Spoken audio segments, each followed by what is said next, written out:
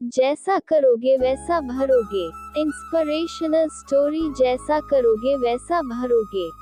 जैसा करोगे वैसा भरोगे। भगवत गीता में श्री कृष्ण ने कहा है कि कर्मों का फल हमें उसी तरह ढूंढ लेता है जिस तरह एक बछड़ा हजारों गायों के बीच अपने को ढूंढ लेता है। कर्म फल इंसान को भोगना ही पड़ता है। हमारे किए गए कर्म हमें ढूंढ ही लेते हैं, फिर चाहे वो कर्म अच्छे हो या बुरे हो। लेकिन हम लोग इस बात को ज्यादा गंभीरता से नहीं लेते और हमें लगता है कि कर्म फल जैसा कुछ नहीं होता। हम अक्सर उन लोगों के बारे में बात करते हैं जो दूसरों के साथ बुरा करते हैं, लेकिन फिर भी कोई उनका कुछ नहीं कर पाता। यही सोचकर हमसे ज्यादातर लोग बुरे काम करने लग जाते हैं। हम सब ये भूल जाते हैं कि कर्मों का हिसाब कभी भी तुरंत नहीं होता। किसी के साथ बुरा करने वाला भले ही आज सुखी हो, लेकिन कभी ना कभी उसे उसके कर्मों का फल भोगना ही पड़ेगा। बहुत समय पहले की बात है। शहर से दूर गांव में एक दुकानदार था जो अपने ही गांव से एक व्यक्ति से रोजाना 1 किलोग्राम मक्खन खरीदा करता था। वो दुकानदार कई सालों से उस व्यक्ति से मक्खन की खरीदारी कर रहा था। एक दिन उस दुकानदार ने सोचा कि मैं रोज इस व्यक्ति से मक्खन खरीदता हूँ, लेकिन बहुत समय से मैंने इसके मक्खन का वजन तौलकर नहीं देखा। कल तौलकर देखूंगा कि ये मक्खन 1 किलोग्राम से कम तो नहीं देता। अगले दिन जब वह व्यक्ति मक्खन देकर गया, तब वह दुकानदार ने मक्खन का वजन किया तो देखा मक्खन सिर्फ 900 ग्राम है। उस दुकानदार को काफी गुस्सा आ गया। वह दुकानदार गुस्से में गांव के पंचायत के पास गया और उसने उस व्यक्ति की शिकायत कर दी। गांव की पंचायत बैठी और उस व्यक्ति को बताया गया कि तुम पर इस दुकानदार ने धोखा देने का आरोप लगाया है।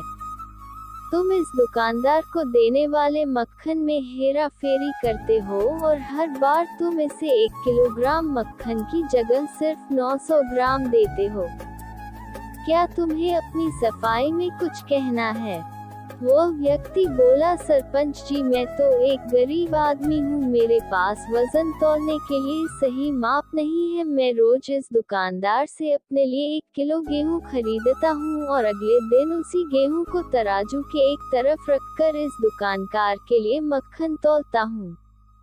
अब आपको जो भी पूछना है इस दुकानदार से पूछिए। पंचायत में बैठे सभी लोगों को पूरी सच्चाई समझ आ गई और उन्होंने उस दुकानदार को गांव से बाहर करवा दिया। ये छोटी सी कहानी हमें ये बात सिखाती है कि जैसे कर्म हम करेंगे उसका रिजल्ट भी हमें वैसा ही मिलेंगे। हमारी चालाकी ही हमारा नुकसान कर देती है। हम जो भी दूसरों को देते हैं या दूसरों के साथ जैसा भी व्यवहार करते हैं, वह कभी ना कभी लौटकर हमारे पास ही आता है। किसी के साथ अच्छा करोगे तो आपके साथ भी अच्छा ही होगा। उसी तरह किसी का बुरा सोचोगे और बुरा करोगे तो आपके साथ भी बुरा ही होगा। जिसे दुकानदार को अपने ही चालाकी से नुकसान झेलना पड़ा, उसी तरह हमें भी अपने कर्मों की वजह से कभी ना कभी नुकसान झेलना ही पड़ता है।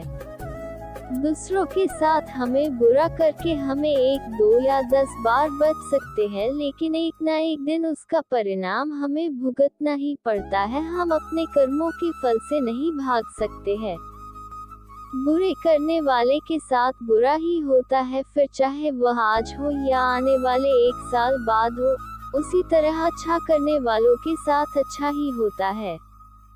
कई बार हमें ये लगता है कि दूसरों के साथ गलत करके हम बच जाएंगे, लेकिन ऊपर वाला हर किसी के कर्मों को देखता है और उनका हिसाब रखता भी है और जरूरत पड़ने पर हिसाब बराबर भी कर देता है। इसीलिए कभी भी गलत ना करो और ना ही कब ये सोचो कि उल्टे सीधे काम करके हम बच जाएंगे।